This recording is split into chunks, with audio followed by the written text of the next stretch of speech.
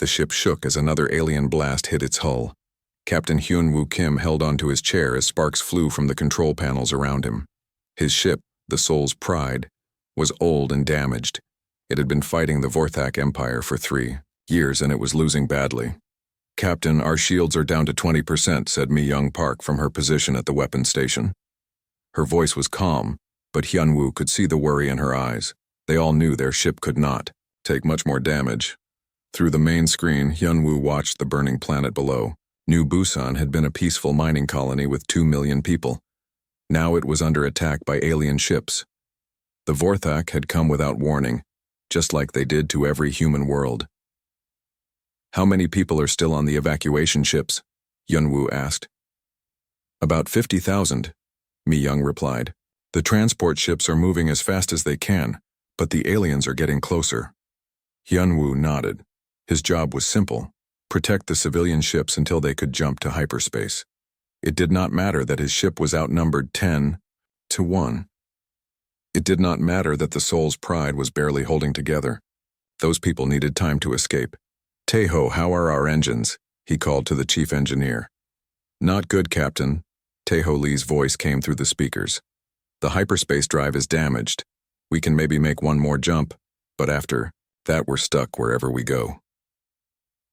The Soul's Pride fired its remaining weapons at the approaching Vorthak cruisers. The alien ships were sleek and black, like giant insects flying through space. Their weapons were much stronger than anything humans had built. For 3 years, humanity had been losing this war. Most of the human colonies were gone. Earth itself was under siege. "Captain, the last transport ship just jumped away," Mi-young reported. "All civilians are safe." "Good," Hyun-woo said. "Now let's get out of here before—" The ship's communication system suddenly came alive with a strange signal. It was not from Fleet Command or any human ship. The signal was old, using codes that Hyun-woo had only seen in history books. The message was short but clear. "Ghost Phoenix to any human vessel. Coordinates follow. Time is running out. Authentication. Bravo 77 Alpha." Hyun-woo stared at the screen. Ghost Phoenix was a legend, a call sign from the old colonial wars 50 years ago, but the authentication code was real. It was from the secret military archives that only the highest commanders knew about. Mi-young, trace that signal. Where did it come from? She worked quickly at her station. It's coming from the Kepler sector, Captain, but that area is supposed to be empty space, nothing there but old asteroids. The Vorthak ships were getting closer. Soon they would be in weapons range and the Soul's Pride would not survive another battle. Hyun-woo had to make a choice: follow orders and return to the main fleet, or investigate this mysterious message. "Sir," Mi-young said quietly. "Fleet Command is ordering all ships to fall back to the Centauri system." Hyun-woo looked at the coordinates from the Ghost Phoenix message. The Kepler sector was in the opposite direction from Centauri. If they went there, they would be disobeying direct orders. But something about the message felt important. "Taeho, can we make it to the Kepler sector?" "Yes, sir, but barely. And after that jump, we'll be stuck there until I can fix the drive." "Mi-young, what do you think?" The weapons officer looked at him with surprise. Captains did not usually ask for opinions during battle, but Mi-young had served with him for 2 years. She knew he valued her judgment. "That authentication code is real, Captain. Someone with very high clearance sent that message. Maybe it's important." Hyun-woo made his decision.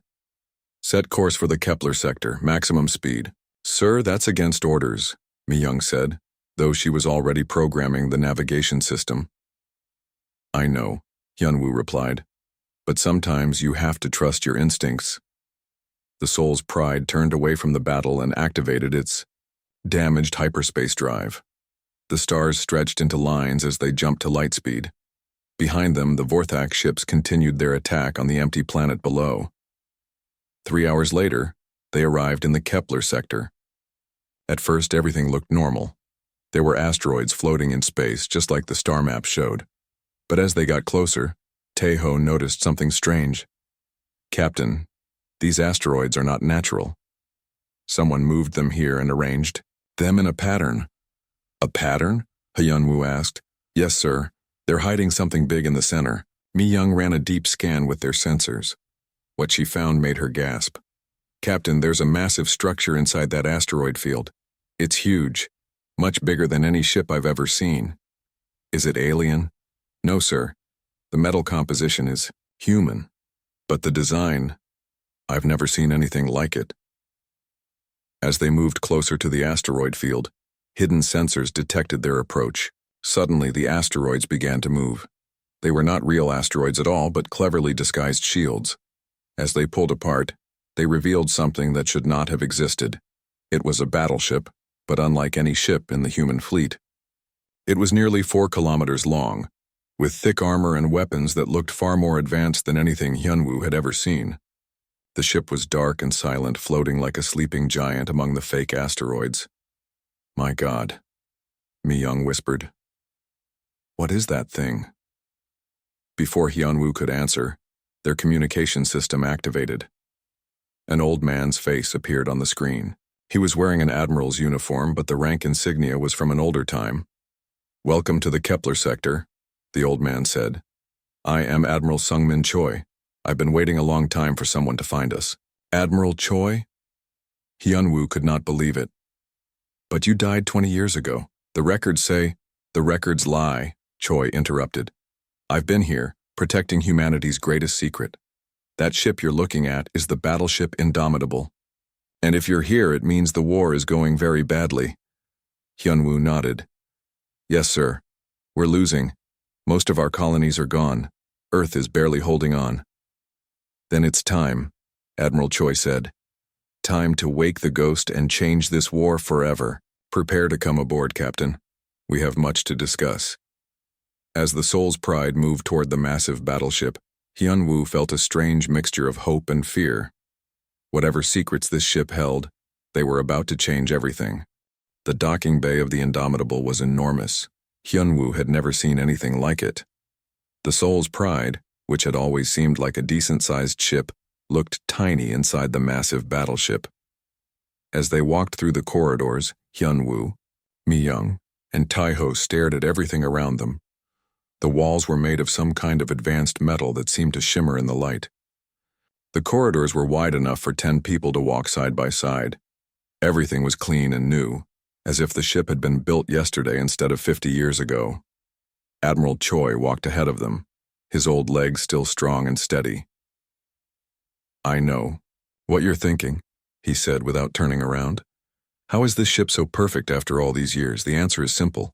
We never stopped taking care of it." They reached a large elevator that took them up many levels. When the doors opened, they stepped onto the bridge. Hyunwoo's mouth fell open. The bridge was 3 times larger than the Soul's Pride's entire command center. Dozens of workstations surrounded a central command chair. Huge screens showed views of space in all directions. But what surprised Hyunwoo most was that the bridge was not empty. About 20 people were working at various stations. They all wore uniforms, but not the current military style. These were older designs from decades past. "My crew," Admiral Choi explained. "Some came with me when we first hid this ship. Others joined us over the years, all volunteers who believed in what we were doing." A woman's voice spoke from the ship's speakers. It sounded human, but there was something different about it. "Welcome aboard the Indomitable," the voice said. "I am Arya, the ship's artificial intelligence." "An AI?" Mi-young asked. "I thought those were banned after the rebellion on Mars." Admiral Choi smiled sadly. "Arya is special. She's not just a computer program. She's based on the mind of Commander Yujin Nam, a war hero who died protecting a civilian convoy. Before she passed away, she volunteered to have her consciousness transferred to this ship's systems." The voice spoke again, and now it sounded more human, more alive. "I chose to stay here to protect humanity when it needed protection most. Today that day has come." Admiral Choi led them to a briefing room where a large table showed a holographic display of the galaxy. Red areas marked Vorthak-controlled space. It covered most of the map. The small blue areas, showing human territory, looked tiny in comparison. 50 years ago, when the colonial accords were signed, the politicians wanted to destroy all our military ships. Admiral Choi began. "They said we no longer needed them. But some of us knew better. We knew that peace never lasts forever. He pressed a button and the display changed to show technical drawings of the Indomitable. So we faked the destruction of our most advanced prototype. Instead of scrapping it, we brought it here and continued working on it. We made it better, stronger, more advanced than anything humanity had ever built. Tejo leaned forward, studying the ship's design. The power systems. I've never seen anything like them. How is this possible? Quantum fusion reactors. Aria's voice explained. They produce 50 times more power than conventional engines. Combined with our adaptive armor system, the Indomitable can survive attacks that would destroy an entire fleet. Adaptive armor? Hyunwoo asked. The hull learns from enemy weapons, Admiral Choi said. Every time we get hit by a new type of attack, the armor changes to better defend against it. After a few hits, most weapons become almost useless against us. Mi Young was studying the weapon systems on the display. These gun turrets are massive. What kind of firepower are we talking about? Our main guns can destroy a cruiser with a single shot, Aria replied. But our most powerful weapon is the Prometheus cannon. It can crack a planet in half. The room fell silent. The idea of a weapon that powerful was both exciting and terrifying. Of course, Admiral Choi continued. Raw power means nothing without people to use it. The Indomitable was designed for a crew of 3,000. Right now, we have only 47 people. 47 people operating a ship this size? Tejo asked in amazement. Aria helps us a great deal, Admiral Choi explained. But we can only use a fraction of the ship's capabilities. Until now, that was enough. We were just hiding and waiting. But now we need to fight. Suddenly, alarms began to sound throughout the ship. A young officer ran into the briefing room. Admiral, we have contacts approaching. 3 Vorthak cruisers and a dozen fighters. Admiral Choi stood up calmly. How did they find us? They probably followed our ship, Hyunwoo said with guilt in his voice. I'm sorry, Admiral. We may have led them right to you. Don't worry, Captain. This had to happen eventually. Admiral Choi walked toward the bridge. Besides, it's time for the Indomitable to show what it can do. On the bridge, the crew worked quickly to prepare for battle. Through the main screen, they could see the Vorthak ships approaching. They looked confident, expecting an easy victory against what they thought was just another human ship. Aria, bring all systems online, Admiral Choi ordered. All systems. Responding, Admiral. Adaptive armor is active, weapons are charged. We are ready for combat. The Vorthak ships opened fire first. Dozens of energy beams struck the Indomitable's hull. On any other human ship, that attack would have been deadly, but the Indomitable's shields absorbed the energy easily. Return, fire, main guns only, Admiral Choi ordered. The battleship's massive weapons turned toward the enemy ships. When they fired, the beams were so bright they lit up the entire asteroid field. The first Vorthak cruiser exploded instantly. The second took 2 shots before it was destroyed. The third tried to run away, but the Indomitable's guns reached across space and destroyed it before it could escape. The entire battle lasted less than 3 minutes. My God, Hyunwoo whispered. Is this what we could have had all along? Admiral Choi nodded. This is what humanity is capable of when we're not afraid to be strong. But now the Vorthak know we exist. They'll send bigger fleets. We need to act quickly. What do you mean? Mi Young asked. We're going to broadcast a message to every human in the galaxy, Admiral Choi said. We're going to tell them that the Indomitable exists. We're going to call for volunteers, and we're going to declare war on the Vorthak Empire. Aria's voice filled the bridge. Admiral, I should warn you that this action will make us the primary target of the entire enemy fleet. Good, Admiral Choi replied. It's time they learn to fear us instead of the other way around. As the crew prepared to send the message that would change the war, Hyunwoo looked out at the stars. Somewhere out there, millions of humans were hiding, scared, waiting to die. Soon they would know that humanity had a chance to fight back. The ghost was awake, and the real war was about to begin. The message went out across the galaxy on every frequency humans used. Admiral Choi stood in front of the ship's main camera, wearing his old uniform with pride. Behind him, the bridge of the Indomitable showed the power that humanity had kept hidden. To all human forces, military and civilian, Admiral Choi began. My name is Admiral Sung-Min Choi. For 20 years you have believed me dead. That was a lie we told to protect our greatest secret. He gestured to the bridge around him. This ship is the Battleship Indomitable. It represents humanity's true strength. For too long, we have run from our enemies. For too long, we have accepted defeat. That ends today. The message played on screens throughout human space, on Earth, in the refugee camps, on the hidden colonies where people had been living in fear. Everywhere humans stopped what they were doing to listen. The Vorthak believe we are weak. They believe we cannot fight back. They are wrong. Any human who can reach the Kepler sector will find us here. Engineers, soldiers, pilots, doctors, we need everyone. Together we will show the galaxy what humanity can do. When the message ended, Admiral Choi turned to Hyunwoo. Now we wait and see who believes in us. But they did not have to wait long. Within hours, ships began appearing at the edge of the Kepler sector. Most were small. Fighters, cargo ships, civilian transports. But they kept coming. By the end of the first day, more than 100 ships had arrived. Dr. Boram Shin was among the first volunteers. She had been the head scientist on a research station that the Vorthak had attacked. She escaped with only her life and her research data. When she saw Admiral Choi's message, she stole a small transport and flew straight to the Kepler sector.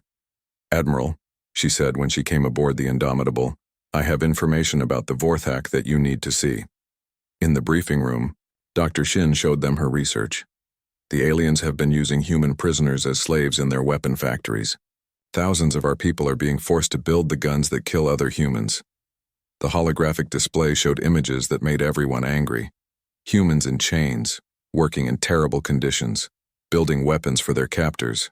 Where are these factories? Hyunwoo asked. All over Vorthak space. But the biggest one is in the Rigel system. They have over 10,000 human prisoners there. Admiral Choi studied the data. It's heavily defended, at least 50 warships. Yes, Dr. Shin agreed. But if we could free those people, it would do two things. First, we save human lives. Second, we destroy their biggest weapon factory. Mi Young looked at the tactical display. It's a trap, Admiral. They'll be expecting us to try something like this. Maybe, Admiral Choi said. But sometimes the right thing to do is also the smart thing to do. Those are our people. We can't leave them there. Arya's voice joined the conversation. Admiral, I have been analyzing Vorthak communication signals. They are indeed preparing a trap, but not the kind you expect. What do you mean? Hyunwoo asked. They are bringing their entire reserve fleet to the Rigel system, over 200 ships. They want to destroy us in one decisive battle. The room was quiet as everyone thought about this. 200 enemy ships against one human battleship, even one as powerful as the Indomitable. How long until they're in position? Admiral Choi asked. 48 hours, Arya replied. Admiral Choi smiled, and there was something dangerous in that smile. Then we attack in 36 hours before they're ready. Sir, Hyunwoo said carefully, even with all our volunteers, we only have 800 people. The Indomitable needs 3,000 to fight at full power. Then we'll fight at partial power. Arya, can we operate the ship effectively with our current crew? Yes, Admiral. I can handle many systems automatically, but our response time will be slower, and we cannot use all weapons at once. Over the next day, more volunteers kept arriving. Fighter pilots who had been hiding in the outer rim, cargo ship captains who wanted to fight back, even some civilians who had never held a weapon but were tired of running. Hyunwoo was promoted to Commodore and given command of the growing fleet of volunteer ships. Most of them were small and lightly armed, but they had brave crews who were ready to die for humanity's freedom. On the morning of the attack, Admiral Choi gathered all the ship commanders in the Indomitable's briefing room. The plan was simple and dangerous. We jump into the Rigel system at maximum speed, Admiral Choi explained. The Indomitable will target their biggest ships while the smaller vessels rescue the prisoners. Once the humans are free, we destroy the factory and jump away. What about their fleet? Asked one of the volunteer captains. We'll have to fight through them, Admiral Choi said honestly. Some of us may not come back, but those prisoners have been suffering for years while we hid in the shadows. Today, we bring them home. The jump to the Rigel system was unlike anything Hyunwoo had ever experienced. The Indomitable's quantum drive was so advanced that they crossed dozens of light years in seconds instead of hours. When they dropped back into normal space, they were in the middle of the enemy fleet. The Vorthak ships were arranged around a massive space station that looked like a giant metal spider. That was the factory where human prisoners were being forced to work. But between the Indomitable and the station were 40 enemy cruisers, with more ships arriving every minute. All ships, this is Admiral Choi. Execute the plan. For humanity. The battle began immediately. The Indomitable's main guns fired in all directions, destroying enemy ships with every shot. The volunteer fleet spread out, using their small size and speed to avoid the heavy weapons while heading toward the factory station. But the enemy had been ready for this attack. More ships kept appearing, surrounding the human forces. Soon they were outnumbered 5-1, then 10-1. Admiral, Mi-young reported, we're taking heavy damage. The adaptive armor is working, but there are too many of them. Through the chaos of battle, Hyunwoo could see the volunteer ships fighting desperately to reach the factory. Some made it, landing on the station and beginning to evacuate the prisoners. But others were being destroyed by enemy fire. Then something unexpected happened. From inside the factory station, explosions began to appear. The human prisoners were fighting back, sabotaging the equipment they had been forced to build. Years of anger and hope were exploding into action. Arya, Admiral Choi called out, can you contact the prisoners inside the station? Yes, Admiral. I am receiving transmissions from someone calling himself Engineer Namho Park. A new voice came through the ship's speakers. It was rough and tired, but full of determination. This is Namho Park speaking for the prisoners on this station. We've been waiting for you to come for us. We're ready to help. How many of you are there? Admiral Choi asked. Over 8,000 here, and we've been planning this day for 3 years. We've sabotaged their weapons, damaged their ships, and we're opening the docking bays for your rescue ships. The tide of battle began to turn. With the prisoners helping from inside, the volunteer ships could land safely and begin evacuations. The Indomitable continued to destroy enemy ships, its weapons never missing, its armor learning from every attack. But the enemy fleet kept growing. Soon there were over 100 ships attacking them, with more arriving every hour. Admiral, Hyunwoo said, we need to leave soon or we'll be trapped here. Not yet, Admiral Choi replied. We're not leaving anyone behind.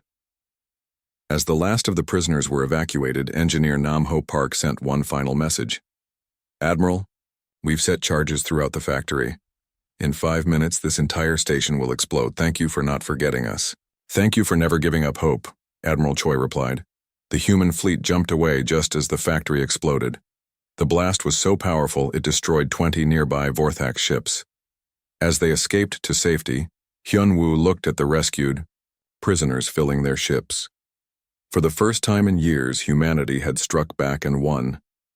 Word of the victory at Rigel spread faster than anyone expected.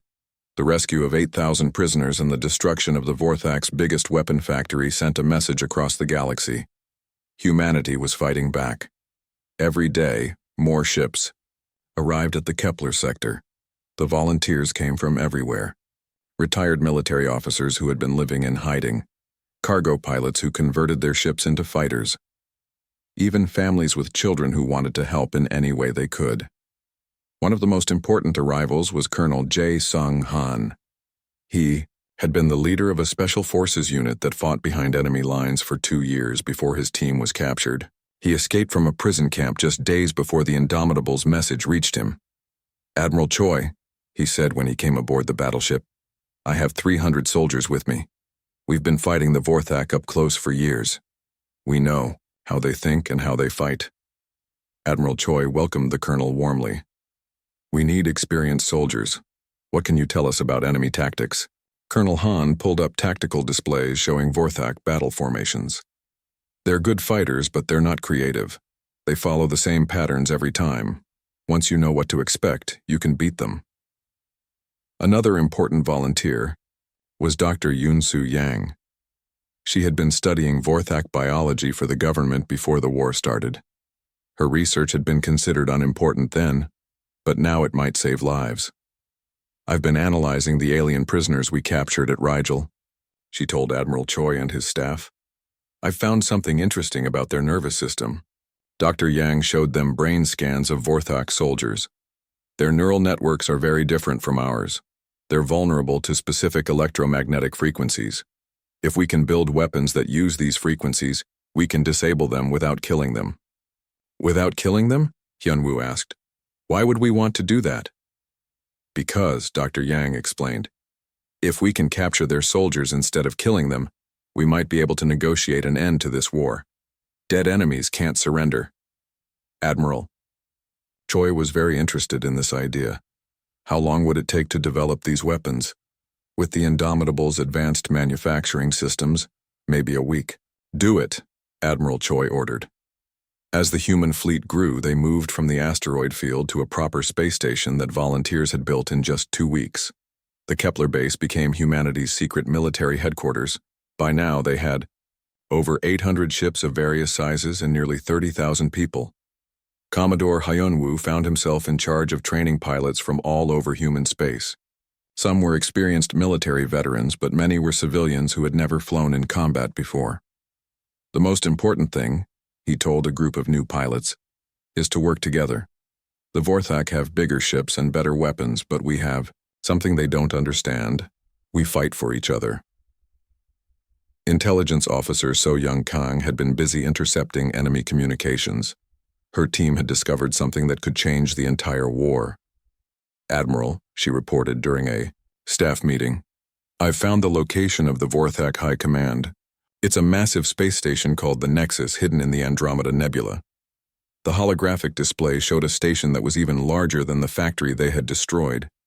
It was surrounded by defensive platforms and protected by thousands of ships. This is where they coordinate their entire war effort, So Young continued. All their fleet movements, supply lines, and battle plans come from the Nexus. If we could destroy it, the war would be over, Admiral Choi finished. But look at those defenses. There must be 10,000 ships protecting that station. Colonel, Han studied the tactical display. It's possible, but it would require everything we have. Every ship, every pilot, every weapon. And even then, most of us probably wouldn't survive. The room was quiet as everyone thought about this. They had come so far and saved so many lives, but now they were being asked to risk everything on one desperate attack. Dr. Yang spoke up. What if we don't have to destroy it? What if we could disable it instead? How? Admiral Choi asked. The same electromagnetic weapons we're developing for their soldiers. If we could build a large enough version, we might be able to shut down their entire command station without killing everyone inside. That would take months to develop, Colonel Han pointed out. Not necessarily. Arya's voice joined the conversation. I have been running calculations. If we modify the Indomitable's main reactor, we could generate an electromagnetic pulse strong enough to disable the Nexus. But there would be risks. What kind of risks? Hyunwoo asked. The pulse would drain all our power. We would be defenseless for several minutes, and there's a small chance the reactor could overload and destroy the ship. Admiral Choi looked around the room at his officers. These people had volunteered to follow him into impossible battles. Now he was asking them to risk everything on one final gamble. There's something else we need to consider, So Young said. My intelligence network has intercepted communications. From Earth. The planet is under direct attack. The Vorthak are planning to invade in 2 weeks. This changed everything. Earth was humanity's homeworld where billions of people lived. If it fell, the war would truly be over. How long to reach Earth from here? Admiral Choi asked. 5 days. With our fastest ships, Myung replied. And how long to reach the Nexus? 3 days, but we'd have to go through the middle of enemy territory. Admiral Choi stood up and walked to the large window that showed the fleet of volunteer ships outside. Thousands of people had risked everything to join this fight. Now he had to decide how to use their sacrifice. "Here's what we're going to do," he said finally. "We split our forces. Half our ships will go to Earth to help defend it. The other half will come with us to attack the Nexus." "Sir," Colonel Han said, "that means neither force will be strong enough to win its battle." "Maybe," Admiral Choi replied. "But sometimes you have to choose between two impossible missions and try to succeed at both." Over the next day, preparations began for both missions. The ships heading to Earth loaded up with supplies and weapons. The ships going to the Nexus prepared for what might be their final battle. Dr. Yang worked around the clock to finish the electromagnetic weapons. Tae-ho and his engineering teams modified the Indomitable's reactor for the pulse attack. Everyone knew they were preparing for the most important battle in human history. On the night before they were scheduled to leave, Admiral Choi called all the ship captains together one last time. "Tomorrow, we find out if humanity deserves to survive," he told them. "Some of you will go to Earth. Some will come with me to the Nexus. All of you are heroes."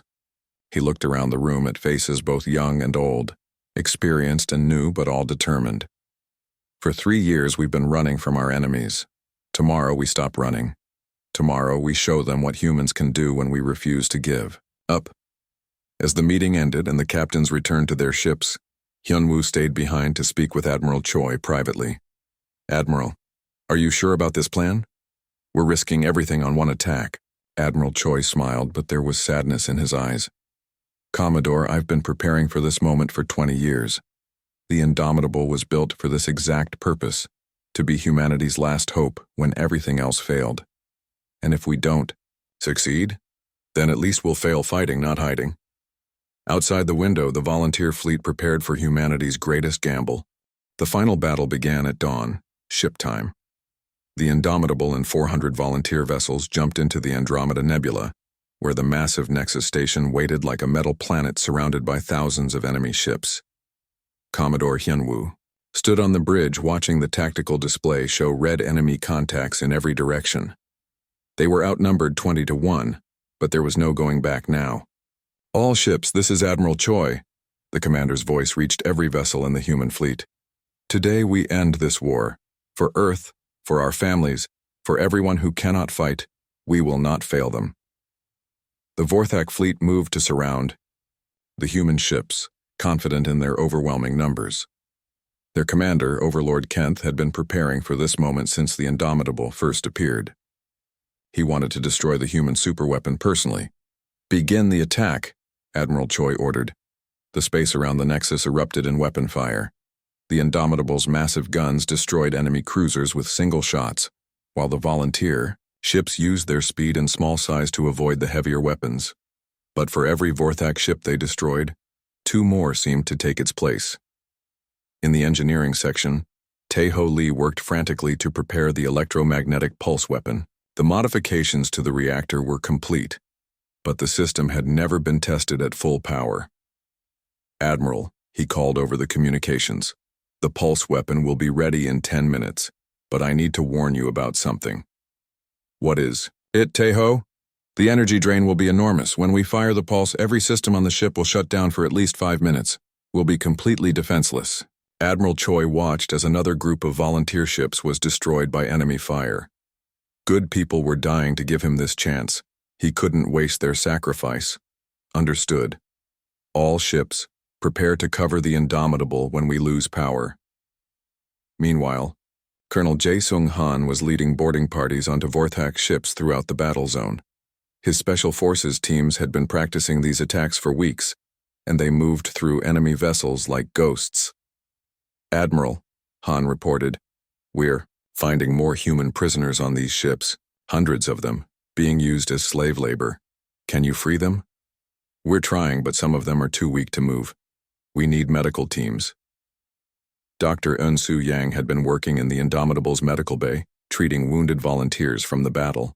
But when she heard about the prisoners, she made a difficult decision. "I'm going with Colonel Han's teams," she told Admiral Choi. "These people have been prisoners for years. They need immediate medical attention." "It's too dangerous, Admiral," Choi replied. "Those ships are in the middle of the battle. Those are our people, Admiral. I'm not leaving them behind. Dr. Yang joined the boarding parties, bringing medical supplies and her new electromagnetic weapons. When they tested the non-lethal weapons on Vorthak guards, the results were exactly as she had hoped. The aliens were knocked unconscious instead of killed, and they could be captured safely. As the battle continued, the human fleet was slowly being overwhelmed. They had destroyed many enemy ships, but they were running out of ammunition and losing too many vessels. Admiral, Mi Young reported, we're down to 200 ships. The volunteers are fighting bravely, but we can't hold out much longer. Tae-ho, status on the pulse weapon? 2 minutes, Admiral. Through the chaos of the battle, a new voice came over the communication system. It was Engineer Nam-ho Park, one of the prisoners they had rescued from Rigel. Admiral Choi, this is Nam-ho. We've been monitoring the battle from Kepler Base. We want to help. Nam-ho, you're civilians now. This isn't your fight anymore. With respect, Admiral, this is everyone's fight. We've converted our transport ships into fighters. We're not much, but we're on our way. Before Admiral Choi could respond, 50 more ships appeared at the edge of the battle. They were cargo haulers and passenger transports, but they had been fitted with whatever weapons the rescued prisoners could find. It wasn't much, but it was enough to buy a few more minutes. Pulse weapon ready, Tae-ho announced. All ships pull back from the Nexus and prepare to cover us when we go dark, Admiral Choi ordered. Then to his crew, area, target the Nexus command center, maximum power. Firing electromagnetic pulse, area announced. The Indomitable's main reactor channeled all its energy into one massive burst of electromagnetic radiation. The pulse swept across space like an invisible wave, passing harmlessly through the human ships but striking the Nexus with devastating effect. Every light on the massive station went out. Its weapons stopped firing. The defensive platforms around it went silent. Throughout the Vorthak fleet, ships began to lose power as the pulse overloaded their electronic systems, but the pulse drained the Indomitable completely. The great battleship went dark and began drifting helplessly through space. All ships protect the Indomitable, Commodore Hyun-woo ordered over the radio. They're helpless until power comes back online. The volunteer fleet formed a protective circle around their flagship, fighting desperately against the remaining Vorthak ships. For 5 long minutes they held the line while Tae-ho and his team worked to restart the reactor. When the Indomitable's lights came back on, the battle had changed completely. The Nexus was powerless, its thousands of defensive ships floating dead in space. The electromagnetic pulse had worked better than anyone had hoped. Admiral, So-young reported, I'm receiving a transmission from the Nexus. It's Overlord Kenth. The alien commander appeared on the main screen. He looked tired and defeated. Human Admiral, you have won this battle. My command systems are destroyed. My fleet cannot function. I request negotiations. Admiral Choi studied the alien leader. This was the being who had ordered the destruction of dozens of human worlds. But Dr. Yang's research had been right. Sometimes it was better to capture enemies than to kill them. Overlord Kenth, I will accept your surrender on one condition. All human prisoners throughout your empire must be released immediately. That is acceptable, but I must warn you, Admiral. There are other Vorthak fleets. This war may not be over. Then we'll deal with them when the time comes. But today, the killing stops. Over the following days, the terms of the Terran Vorthak ceasefire were worked out. The aliens would withdraw from all human worlds and release their prisoners. In return, humans would not attack Vorthak civilian targets and would provide medical aid to wounded alien soldiers. It was not a complete victory, but it was the end of the war that had nearly destroyed humanity.